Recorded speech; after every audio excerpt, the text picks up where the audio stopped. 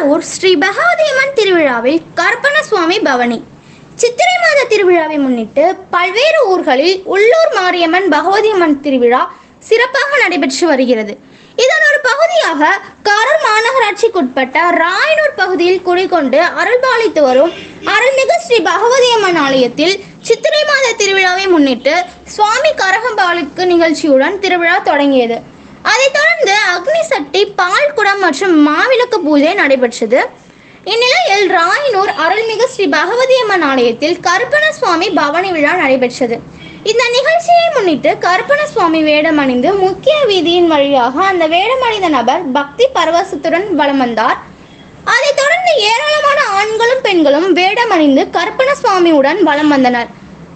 ஆலயம் 3 முறை சுத்தி வந்த பிறகு அனைவருக்கும் பிரசாதம் வழங்கப்பட்டது.